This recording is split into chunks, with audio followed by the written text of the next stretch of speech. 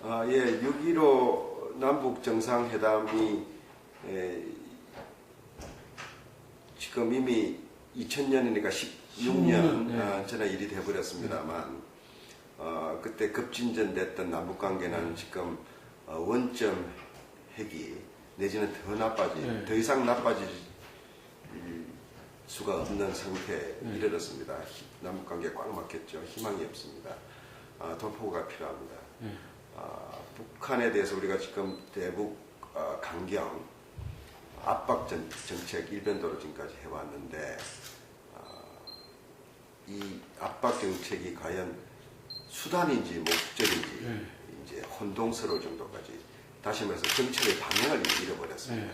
우리가 추구한 것은 대화고 핵 문제 해결이고 남북관계의 개선인데 결과적으로는 악화된 길을 계속 우리도 자초한 면이 있습니다. 남북 간의 악순환적인 고리를 끊으려면 6.15 정신으로 돌아가야 됩니다. 박근혜 정부의 그런 의미에서 정책적 전환, 반전의 계기로 제안한 것입니다. 6.15 남북 정상회담은요, 형식은 김대중 대통령과 김정일 국방위원장 간의 회담 결과였지만 분단 이래 최초의 양국을 대표하는 남북을 대표하는 정상회담이었습니다. 특정 정파의 산물도 아니고 특정 정권의 상징도 아닙니다. 우리 남북관계의 진전을 바라는 남북한 모든 국민들이 바라는 바고 부인하지 못하는 역사적 계기였고 성과였습니다. 그 점을 좀 간과한 거 아닌가 싶습니다. 그래서 6.15는 김대중 대통령을 무슨 찬양하고자 하는 그런 드가 아니지 않습니까? 지금 남북관계 개선을 바라는 국민적 염원을 국회가 또 정치권이 또 정부가 반영한다면 충분히 의미가 있는 일이고 2007년의 정치적 분위기는 아마 그런 면에서 좀 당파성 또 이런 우리 사회가 갖고 있는 국론 분열적 그런 한계 때문에 그런 거 아닌가. 하나 기이한 것은요, 새누리당은 친박 비박 싸움은 잘하는데 이런 국가 정책에 관해서는 또 친박 비박 구분이 없을 만큼 청와대 눈치를 봐요. 도대체 이 집권 여당으로서의 이 정책이 있는지 또 방향은 있는지 궁금할 정도입니다. 의심될 정도입니다. 개인적으로는 제가 만나본 분들은 동의를 표하고 공감을 표하는 분들은 많지만 당에 돌아가서는 난처해 하는 그만큼 지금 집권당이 경색되어 있다. 그리고 대북 정책도 너무 강경 일변도의 아주 그 얼어붙어 있는 정책적 그 탄력성이나 융통성이 전혀 없이 경직된 그런 분위기를 느낄 수가 있습니다. 이건 굉장히 불행한 일입니다. 오늘날의 남북관계 경색에 물론 북한이 책임이 있습니다. 핵개발에 매진했고 또 여러 가지 국제사회의 관용이나 또 관리에 어긋나는 그런 도발적인 행위를 일삼아온 부분들은 분명히 지적돼야 되고요. 그렇지만 2000년 남북 정상회담 직전을 한번 봅시다. 북한이 과연 그러면은 대화 순응적이었고 협조적이었나? 전혀 그렇지 않았습니다. 2000년 남북 정상회담 1년 전에 서해 안에서 북한이 도발했었습니다. 서해 대전이 있었습니다. 미사일 실험했었습니다. 북한은 방송을 통해서 임만여면 남한 정부를 공격하고 비방했습니다. 거의 차이가 없었습니다. 북한의 원인 제공 탓을 하다 보면은 우리는 대화의 이니셔티브를 절대 질 수가 없습니다. 그런 악순환의 고리를 끊고 주도권을 잡았다는 의미에서 남북정상회담이 의미가 있는 것입니다. 북한의 그런 경직된 태도, 도발적 태도가 문제된다면 더더욱이나 대화로 압박해야 됩니다. 지금 우리 대북 제재, 북한을 굴복시키고 항복시키고 목을 졸라서 우리의 원하는 결과를 얻겠다. 지금 7년 동안 일관해오지 않았습니까? 이명박 정부, 박근혜 정부. 성과는 뭐였습니까? 북한의 핵 무장 능력은 더 강해졌습니다. 미사일 실험 반복됐습니다. 국제사회의 대북 제재 별 효과가 없었습니다. 똑같은 과정을 반복하면서 우리는 다른 결과를 지금 기대하고 있는 것입니다. 아인슈타인이 그런 이야기했습니다. 동일한 과정을 반복하면서 다른 결과를 기대하는 것은 어리석은 일이라고 이야기했습니다. 지금 어떻게 보면은 대북 제재의 목표가 뭔가? 우리 지금 목표를 상실한 대북 정책을 갖고 있습니다. 제재의 목적은 대화로 이끌어내는 것이어야 되지 않습니까? 제재의 목표는 협상을 위한 제재여야 되고 압박이어야 될 거 아닙니까? 근데 지금 자칫 보면은 이 정부가 우리 정부가 지금 추구하는 것이 제재를 위한 제재, 압박을 위한 압박의 우리 스스로 함정에 빠져버린 것 아닌가. 그래서 압박과 제재도 국제사회의 코디네이션이 필요한데 지금 그 압박과 제재를 위한 국제사회에 거의 뭐 애걸복걸하다시피 해야 되는 그런 상황이 왔습니다. 실효성은 없다는 것이 우리가 지금 전문가들의 다 일치된 견해 아닙니까? 북중 교역은 물밑 교역을 우리가 막을 수가 없습니다. 중국도 대외적으로 북한의 압박 공전은 하고 있지만 한계가 있지 않습니까? 바로 이러한 밑빠진 구멍 뚫린 경제 제재로 북한을 굴복시키겠다. 그래서 우리가 원하는 바를 얻겠다 하는 것 자체는 이미 실패한 정책입니다. 그리고 그 우리가 원하는 정책이 뭔가에 대해서 제시가 없습니다. 북한한테 우리가 원하는 것은 대화고 협상이고 비핵화고 그리고 경협이다. 제시한 게 없지 않습니까? 그래서 모든 것들을 핵 문제로 딱 환원해버리는 것에 대해서 핵 문제를 접근하기 위한 대화 자체도 스스로를 막아버리는 그런 오류를 범하고 있지 않냐. 예, 북한의 핵과 미사일 실험들은 한반도 정세에 하등 도움이 안 되고 북한의 안보한테도 궁극적으로 도움되지 않습니다. 북한도 중단해야 됩니다. 근데 북한이 저런 도발 행위를 왜 지속하느냐? 북한은 저는 협상의 지렛대로 삼고 있습니다. 내부 단속 수단을 삼고 있습니다. 북한은 이미 재래 군비에서 남북 간의 경쟁에서 비교가 되지 않는다는 걸 알고 있습니다. 북한의 군부 지도자들이 알고 있습니다. 전쟁이 나면은 북한이 이길 수가 없다는 걸 알고 있습니다. 그리고 막강한 세계 최강의 미국과 지금 대치하고 있지 않습니까? 그렇기 때문에 핵에 의존하고 그것도 미사일 그 핵을 전달 수단인 그 미사일 능력을 과시하면서 체제 결속을 도모하면서 대미 또 대남 협상력을 레버리지로 삼고자 하는 그런 일관된 전략입니다. 하나도 이상할 게 없습니다. 우리는 이런 북한의 도발이 북한 내적인 안보 불안에서 비롯됐다는 것을 이해해야 됩니다. 전형적인 안보 딜레마에 서로 빠져 있는 겁니다. 북한은 자기가 체제가 불안하고 군비가 밀리기 때문에 핵에 의존하고 있거든요. 미사일 능력 강화로 의존하고 우리는 북의 강화된 전력, 공격력에 대해서 우리도 맞대응을 해야 되는 과정에서 악순환의 군비 경쟁과 긴장의 심화라는 서로 남과 북이 원치 않는 결론으로 지금 계속 가고 있거든요. 이게 전형적인 안보 딜레마입니다. 이 악순환의 고리를 끊어야 됩니다. 이 끊는 것은 북한이 끊을 수 있느냐 우리가 끊을 것인가. 우리가 먼저 주도권을 잡고 이걸 해결해 나가자는 것이 6.15 정신입니다. 박근혜 정신이 많이 있다면 우리가 안 하겠다는 겁니다. 자, 우리가 해야 되는 정책이 더 좋은 정책이겠습니까? 우리는 안 하겠다는 정책이 올바른 정책이겠습니다. 우리가 안 하겠다, 지켜보겠다, 저쪽의 태도 변화를 기다리겠다 하는 정책은 무정책입니다. 그 지난 7년이 이미 입증했습니다. 그 무정책의 결론은 뭐였습니까? 안보 위기의 심화였고 남북관계의 악화였고 국제적으로 우리의 지위의 저하였습니다. 강대국에 이제 끌려다니는 테이블이 됐습니다. 과거 남북관계에 우리가 주도권을 가지고 있을 때는 육자 테이블에서 육자 하자면서 우리가 할 말이 있었습니다. 미국과 중국에 대해서 우리가 요구할 게 있었습니다. 지금 그렇지 않지 않습니까? 도리어 이제 사정해야 되는 상황이 왔지 않습니까? 6.15 남북 정상회담 때 김대중 대통령은 남북관계의 비밀 협상을 시작하면서 미국과 중국 지도자들을 설득하기 시작했습니다. 그리고 동의를 구해놨습니다. 클린턴 대통령, 장쩌민 주석. 그래서 남북 정상회담을 자신감을 가지고 임할 수 있었습니다. 북한은 북한대로 러시아와 중국을 또 방문했지 않습니까? 김정일이. 마찬가지로 전통적 우방 또는 우방이기를 원하는 강대국과의 협력을 받고자 했던 거죠. 우리 대통령은 그래서 김정일과 마주 앉았고 김정일은 우리 민족끼리 이렇게 해나가자 하는 걸 강조했고 했습니다. 그리고 실질적으로 남북 정상회담 과정에서 남북 관계의 진전을 바라지 않는 강대국들의 개입이나 방해도 있을 수 있다는 걸 부단히 강조하는 것을 봐서는 북한이 갖고 있는 처지도 이해할 수가 있고 또 거꾸로 우리가 그걸 활용할 수 있는 여지도 있었다. 김대중 대통령은 그걸 잘 읽었다고 생각합니다. 그리고 해당하고 난 뒤에 바로 미국에 특사를 보내서 설명을 하고 또 이해를 구하고 추가 협력을 얻어내고 북미 관계의 개선을 주선을 했지 않습니까?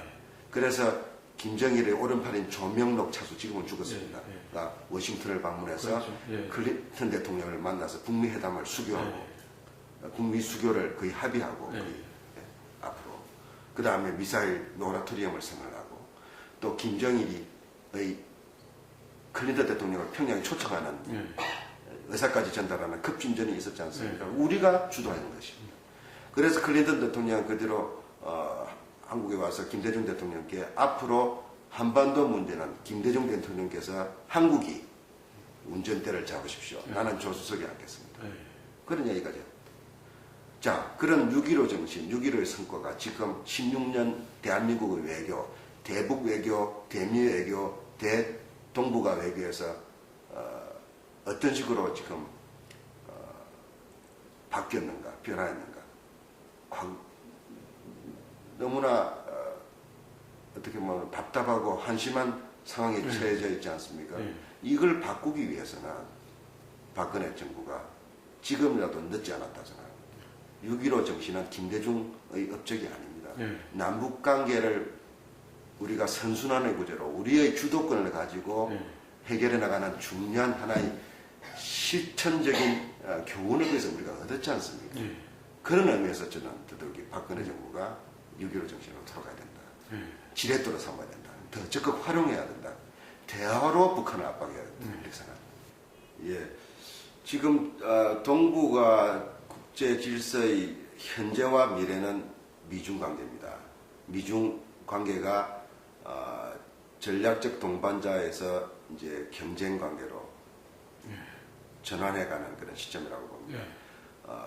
강대국 군사적으로도 이제 강대국이 된 중국이 동북아에서의 맹주로서의 자기 주도권들을 이제 양보하지 않을 겁니다.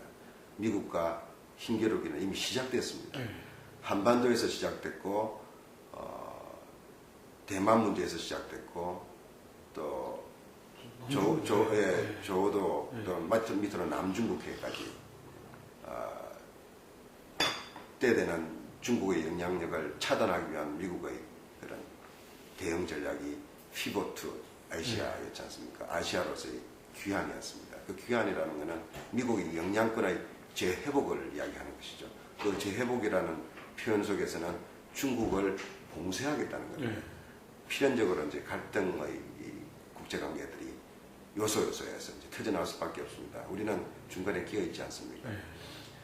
이 미중 갈등을 우리가 제대로 대처해내지 못하면은 남북 관계도 그대로 반영이 될 거라고 봅니다. 또 실제 반영되고 있습니다. 미중이 대화를 지지하고 우리 대한민국을 협력했을 때 남북 관계는 잘 풀렸습니다. 미중이 마찰을 일으키고 갈등할 때는 우리도 손쓸 방법이 없습니다. 따라서 우리는 미중 갈등을 나름대로 최소화시켜내고 우리 국익에 유리한 쪽으로 관계를 조정해 나가고 조율해 나갈 책임이 있습니다. 우리를 위해서, 우리 국익을 위해서. 지금 박근혜 정부의 대미 편중 외교 또 오락가락 외교는 이미 그 많은 부분에서 지금 우리의 국제적 입지를 스스로 외소화시키는 그런 결과를 가져왔다는 지적이 많지 않습니까?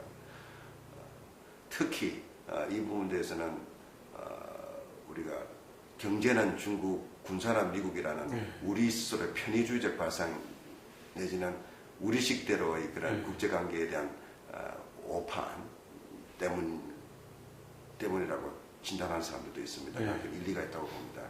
경제와 군사는, 경제와 안보는 양자택일 내지는 나눠 가지는 그런 성격이 아닙니다. 같이 가는 겁니다. 우리는 대미 안보도 안보 관계에서 대미 관계도 중요하고 경제관계에서 중국관계도 중요하지만 이제 안보도 중국과 협력을 추진해야 되고 경제도 마찬가지로 대미관계에서 전통적인 한미경제 되게 중요하지 않습니까? 바로 그런 부분에서 우리가 양면 정책, 균형 정책 이 부분들은 우리의 살 길이라고 봐요. 선택이 아닙니다. 유일한 길이라고 저는 보죠. 바로 그런 면에서 북한 문제의 평화적 관리, 한반도 안보의 안정적 관리는 우리의 대미 대중 외교의 필수적인 것이다. 한반도의 안보가 불안해지고 남북관계가 심각해질수록 대중관계, 대미관계도 꼬일 수밖에 없지 않습니까? 그런 면에서도 좀 더 적극적인 사고가 필요하다 싶습니다. 조금 더 붙이자면 그런 면에서 사드 같은 경우 우리로서는 굉장히 신중해야 되는데 너무 속을 다 들여다 보면 도대체 협상의 수단인지 아니면은 뭐 정책의 목표인지 알 수 없는 그런 정부 고위 관계자들의 그런 행보들 안타깝죠. 사드는 군사적으로 무용지물입니다. 냉정히 말해서 미국의 압박에 의해서 지금 물먹여자로 받아들이는 상황인데 중국이 지금 그걸 자시하고 있지 않을 거 아닙니까? 그러면 나름대로 우리는 외교적인 그런 해법도 가져올 수 있는 겁니다. 그런데 이미 뭐 기정사실하고 우리가 먼저 우리가 먼저 뭐 초청하는 형식의 그런 저자세 전략은 북에게도 도움이 되지 않고 외교적으로도 굉장한 미스테이크라고 저는 봅니다. 6.15는 물꼬를 텄고 또 그를 좀 더 공고화, 제도화하겠다는 노력이 노무현 대통령 14차 정상회담이었지 않습니까? 1차 정상회담의 목표는 이해정진이었고 그리고 대화의 틀을 잡는 것이었고요. 2차 정상회담은 경제협력을 통해서 보다 남북관계의 토대들을 뿌리를 내리게 하겠다. 그런 시도였지 않습니까? 이 6.15, 14는 그래서 다른 두 가지가 아니라 사실 한 몸뚱인 겁니다. 정권이 보수정권으로 들어오면서 6.15가 정신이 부인당하고 14의 조약 대북 그 협력 약속들을 다 백지화해버렸습니다. 마지막 남은 게 개성공단이었는데 그나마도 지금 문을 닫아버렸습니다. 남북관계는 다시 말해서 이제는 제로인 상태입니다. 냉정히 말해서. 교류도 끊겼고 대화도 단절됐습니다. 통신조차도 군사통신조차도 이제 못해서 우발 충돌에 대한 상시적 위험을 안고 살아야 됩니다. 민간 교류, 인도주적 지원을 위한 접촉은 과거 더 심한 냉전 체제도 있었는데 그것조차도 불허하는 과정만 보면은 과거 박정희 시대나 전두환 시대보다 더 구태한 거 아닌가 자괴감이 들 정도입니다. 이건 정상이 아니라 비정상입니다. 우리는 북한의 행태를 문제 삼아서 당연한 조치라고 생각하지만 이런 식의 올인 정책, 단절 압박에 모든 것을 올인하는 것은 정책적으로도 현명하지가 않습니다. 항상 출구를 만들어 놔야 되고 뒷문을 열어놔야 되는 것이 외교의 그런 지혜고 진리 아닙니까? 북한도 마찬가지 아니겠습니까? 그런 면에서 지금 개성공단의 일방적 폐쇄 결정이라든지 그 다음에 우리 스스로가 대화 안 하겠다고 먼저 선언하는 이런 식의 대북 정책에 대해서는 많은 국민들이 지금 이제는 북한에 대해서도 분노하지만 한편으로 저런 북한을 전혀 제대로 다루고 있지 못하고 화만 내고 있는 우리 정부, 아무런 속수무책인 이런 정부에 대해서도 답답해하는 상황인 것 같습니다. 저는 마지막 2년이 이제 채 안 남은 박근혜 정부가 그런 지금까지 잘못된 시행착오 그리고 무망한 압박 정책에서 대화 전국으로 반전시켜낼 의지나 능력을 갖고 있는가 조금 회의적입니다만 그러나 박근혜 정부도 5년 단임 정부 아닙니까? 남북관계에 조금이라도 돌파구를 만들어내는 업적을 만들어내고자 한다면 아직도 늦지는 않았다 싶고, 만약 그 정도도 안 되면 이제 새 정부가 들어서서 새로운 모멘텀을 갖지 않을까 이렇게 생각합니다. 종북 공세에 대한 피해의식이 있습니다. 제가 지금 저도 이번에 국회로 들어와서 보니까요. 다들 그 대북 정책에 대해서 많이 공감을 하지만 의제화하는 데 대해서 다들 주저를 해요. 우선 경제 살리기 또 민생 국회에 대한 우리 전략적인 그런 집중을 해야 되는 문제도 있고, 또 한편으로는 하도 북한이 저렇게 우리로 치면 정말 찬물을 끼얹는 행동을 반복하다 보니까 마치 우리가 남북관계 개선을 위한 건설적 제안을 한 것 자체가 마치 북한을 옹호하는 듯한 식으로 계속 몰아붙이니까 피해의식이 있어요. 근데 이거 저도 잘못된 태도라고 생각합니다. 저는요, 이번 앞으로도 우리가 같이 공유해야 될, 같이 고민해야 될 부분이 한 가지가 있다고 생각하는데, 그게 뭐냐면요, 통일을 보는 관점입니다. 남북관계를 보는 관점에 아직까지 우리는 동서독 모델에 너무 많이 사로잡혀 있습니다. 서독이 동독을 흡수한, 그리고 동독 정부가 망한 그런 흡수 통일 모델을 항상 의식을 하고 있습니다. 그래서 동서독 모델에 계속 또 동서독형 통일에 너무 집착한 나머지 우리의 통일도 거기서 동서독에서 뭘 자꾸 이렇게 교훈을 얻으려 하는. 근데 교훈도 잘못 얻고 있는 거죠. 동서독 통일은 하나 분명한 통일은 평화 통일이었습니다. 그리고 20년 이상의 분단 교류 협력의 전제가 있었습니다. 1969년 빌리 브란트가 동방 정책을 시작한 이래, 그게 바로 햇변 정책의 원형이 아니었습니까? 무려 700만 명의 서독 사람들이 동독을 방문했습니다. 밤에는 텔레비를 자유시청했고요. 거의 3조 원에 가까운 퍼주기를 했습니다. 서독이 동독에. 그렇기 때문에 동독이 브란덴부르크 베를린 장벽이 무너졌을 때 동독 시민들이 쏟아져 왔지만 정작 통일은 그 뒤로 총선에 의해서 투표로 이루어진 것입니다. 누구도 그렇게 갑작스런 통합이 될 거라고 생각했던 사람들은 없었습니다. 그런 과정에서 동서독 통합 모델은 흡수 통합이었지만 평화적인 모델이었고, 동독 주민이 원하는 통합이었고, 또 선거를 통한 통합이었습니다. 그리고 그 대전제는 아까 말씀드렸듯이 20년 이상의 축적된 교류 협력이 있었습니다. 우리는 전혀 그렇지 않습니다. 20년은 그냥 지난 두 차례 정상회담 성과도 저도 다 날려버렸지 않습니까? 적대감은 더 강화됐고 군사적 대치는 더 심각해졌습니다. 전쟁의 위험 속에 살고 있습니다. 연풍도에 폭격이 있었고 휴전선에서 거의 전쟁 불사의 대치가 반복되고 있지 않습니까? 이런 상황에서 흡수 통일을 기대한다는 것은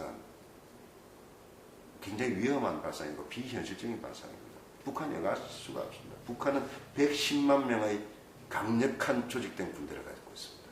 400만 명의 공산당원, 노동당원들은 체제에서 혜택을 보고 있는 사람들입니다.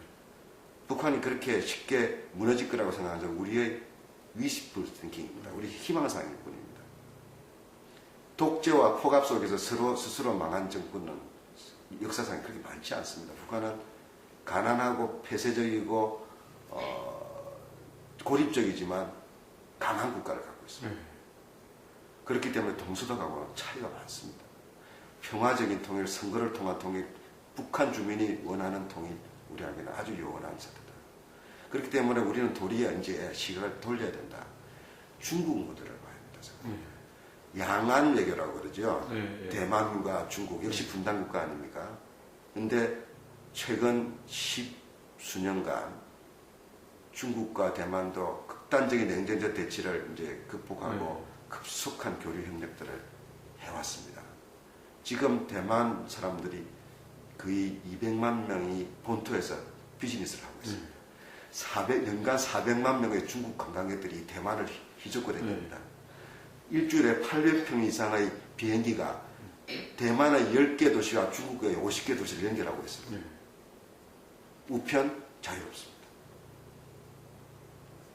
심지어는 그동안에 정치적으로는 두 개의 중국을 인정하지 않겠다고 해서 서로 안 만나던 양 총리가 시진핑과 마음 대만의 총리가 정상회담을 했지 않습니까?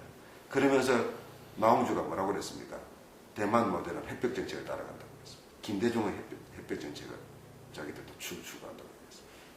그렇기 때문에 중국은 이제 군사적 대치, 한쪽이 한쪽을 흡수하고자 하는 또는 흡수할지 모른다는 불안감들이 많은 부분에서 극복한 속에서 급속한 경제교류, 민간교류를 통해서 사실상의 통일을 해나가고 있는 것입니다. 그렇죠. 우리 전에 대통령이 말씀하셨던 그에 따르면 지금 1단계에서 2단계로 넘어가는 과정으로서의 통일. 그러니까 우리는 통일을 너무 정치 통합만 나와가지고 하나의 정부, 하나의 군대 이 통합은 가능하지도 않을 겁니다. 아주 영원한 일입니다. 우리가 추구해야 될 목표가 아닐지도 모릅니다.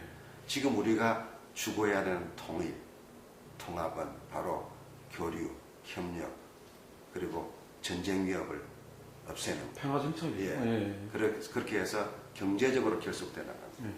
그래서 궁극적으로는 우리가 북방 진출을 하는데 북한에서 일자리를 만들고 또 만주로 시베리아로 그리고 철로를 연결해서 물류로 유럽과 연결하는 그런 새로운 경제기회를 창출하는 것, 그리고 북방의 막강한 자원을 우리 남쪽으로 끌어들이는 것, 그러한 새로운 북방 경제 모델, 이게 21세기 대한민국이 어떻게 보면 생존적 활로다. 이걸 강조했던 것이 김대중 대통령이었습니다. 그렇기 때문에 6.15 정신은 내용적으로 형식적으로는 남북 정상이 마주 앉아서 외교를 한 것이지만 내용적으로는 그런 통일들을 준비해 나가는 과정으로서의 통일, 경제협력, 교류의 정대를 통해서 안보 위협들을 감소시키고 공조를 통해서 미래의 통합들을 준비해 나가는 그런 하나의 중요한 발상의 전환, 정책의 전환, 그리고 우리의 그런 자세의 전환이었다 하는 의미에서 더 의미가 있지 않나. 바로 이런 모델을 우리가 좀 더 공유한다면 남남 대결할 이유가 없습니다. 대북 정책을 가지고 여야가 갈려서 싸울 이유가 없지 않습니까? 바로 저는 그런 면에서 보수 정부, 박근혜 정부 일대 각성이 필요하다고 생각합니다. 너무나 냉전적인 자기 틀 속에 지금 서로 사로잡혀가지고 우물안 개구리식의 지금 대북 강경 외교를 하고 있다. 굉장히 중요한 지적입니다. 아주 잘 지적해 주셨습니다. 저는 2017년 내년 대통령 선거 시대 정신은 역시 경제라고 봅니다. 그런데 우리 이 경제는 필연적으로 평화를 전제로 합니다. 따라서 내년 대선의 아젠다는 경제 살리기와 또 평화 살리기로 갈 거라고 봅니다. 어제 김종인 우리 더불어민주당 대표가 국회에서 대표 연설을 했고 오늘 안철수 대표가 또 국민의당 대표에서 했습니다. 두 분 다 경제 지금 불평등의 해소 그리고 미래지향적 우리 경제 구조의 개선을 이야기를 했습니다. 또 한편으로 평화 외교, 또 남북관계의 새로운 돌파구를 위한 대화 모색을 강조를 했습니다. 참난 다행입니다. 지금 야당 분열에 대해서 걱정을 하는 국민들이 많지 않습니까? 앞으로. 그런데 큰 흐름에서 경제 개혁 쇄신에 대한 필요성, 그 다음에 남북관계 개선에 대한 필요성에 두 야당이 합치하고 있다. 특히 또 국민의당이 뭐 경제는 뭐 진보고 안보는 보수다는 그런 좀 애매하고 좀 모순적 태도를 취하던 것들이 이번에 많은 부분에서 저는 안철수 대표의 오늘 그 대표 연설을 들으면서 안도감을 느꼈습니다. 그래서 야권이 이제 바로 정책적 기조에서 협력하고 공유하고 공조할 수 있는 상당한 토대가 있다는 걸 확인했습니다.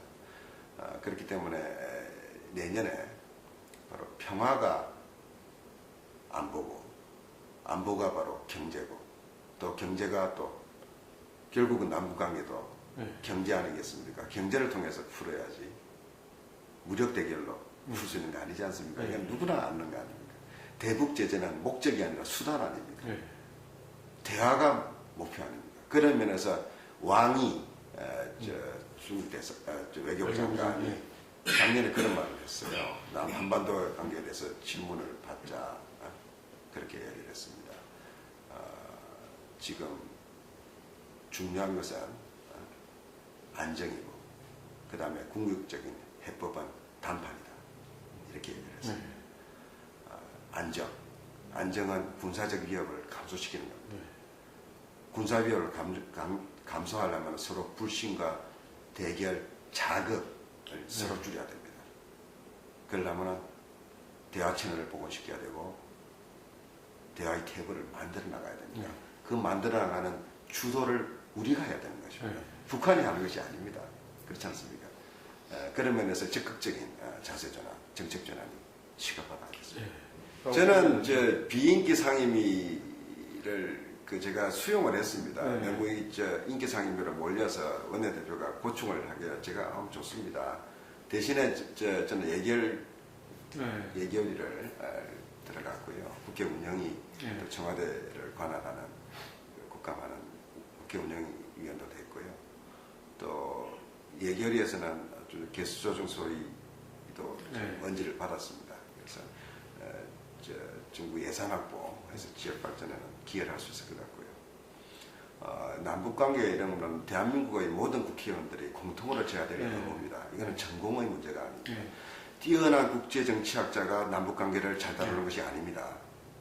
바로 네. 우리 국민의 상식과 눈높이에 맞춰서 평화를 추구하고 또 남북 경협을 통해서 우리 스스로도 우리 경제적 활로를 내려나가려는 국가 전략적 차원에서 접근해야 된다면 대한민국 모든 300명 국회의원 모두가 상임이라는 공통적으로 통일이 남북관계위원회에 다 소속되어 있어야 한다고 생각하고요. 저는 개인적으로 김대중 대통령을 도와서 남북관계 문제에 좀 깊숙이 개입을 했었고 또 저도 전공을 또 국제정치를 했고 대학에서도 가르쳤기 때문에 좀 더 적극적인 노력이 필요하겠다 스스로 생각하고 있다. 그렇게 활동하겠습니다.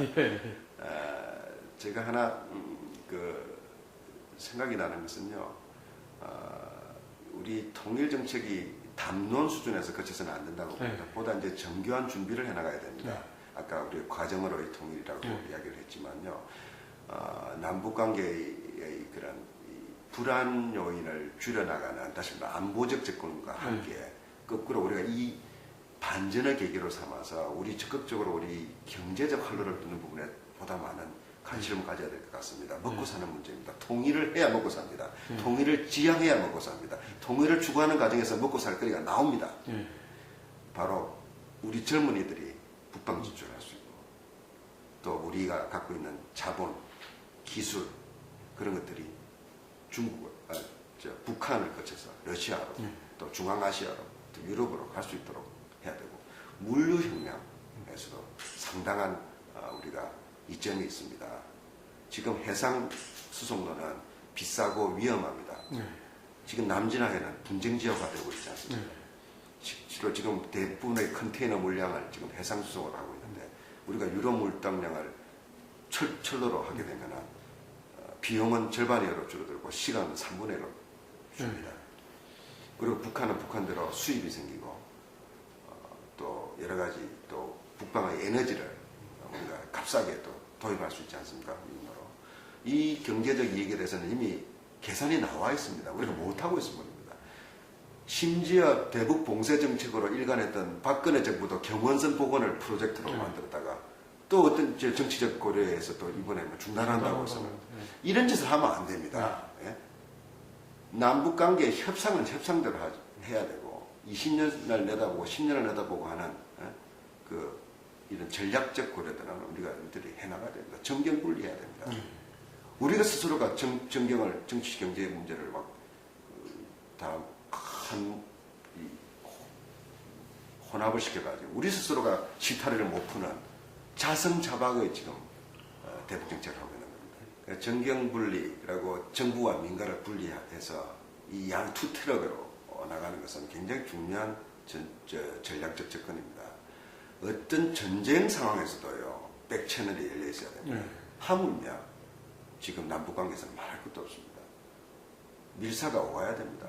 끊임없이 서로 간접 대화가 있어야 됩니다. 그걸 우리 스스로 먼저 차단해버립니다. 그래서 우리가 얼마나 많은 것을 스스로 손해보고 있다는 거예요.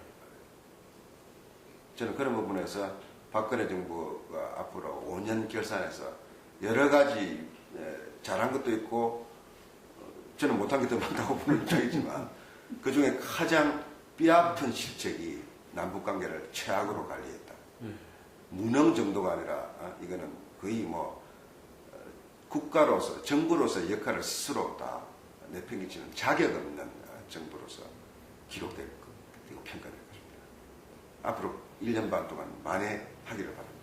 제가 여기에 써붙여 놨습니다. 제 정치적 모토는 행동하는 양식입니다. 바로 김대중 대통령께서 주신 교훈입니다. 그리고 김대중 정신은 독점할 수 있는 것이 아니라고 생각합니다. 김대중과 가까웠던 사람, 밑에서 일했던 사람만이 누릴 수 있는 특권이 아닙니다. 김대중 정신, 남북 화해의 정신, 그 다음에 중산층과 서민을 섬기는 정신, 그 다음에 지역 차별을 타파하고 또 여러 가지 계층 갈등을 뛰어넘어서 화합을 추구하는 그런 정치, 그 정신은 야당에 지금 살아있고, 그런 면에서 김대중 정신을 개성하는 사람들이 정확한 DJ 개성자지 지역주의 정치를 개성하는 사람이 DJ 개성자라고 생각하지 않습니다. 물론 뭐 현실 정치이기 때문에 호남의 기반을 둔 정치인들이 갖고 있는 여러 가지 고충과 어려움들을 이해하지만 저는 지난 분당은 명분 없었다고 생각합니다. 앞으로 정권 교체를 바라는 것이 국민의 염원이고, 김대중 정신도 2017년의 정신은 야당이 사소한 차이를 극복하고 크게 하나가 돼서 정권 교체해라. 경제 정의 살려내고 차별 없애고 남북관계 복원하고 더 획기적으로 전진시켜라는 게 김대중 정신 아니겠습니까? 그렇다면 못 뭉칠 이유가 없죠. 그래서 저는 지금 국민의당에 가 있는 많은 동지들 또 가까운 분들이 있습니다. 그런 김대중 정신을 공유하면서 앞으로 정권 교체에 힘을 합할 그런 노력들을 해나가야 된다고 생각하고 저 역시 그렇게 노력하겠습니다.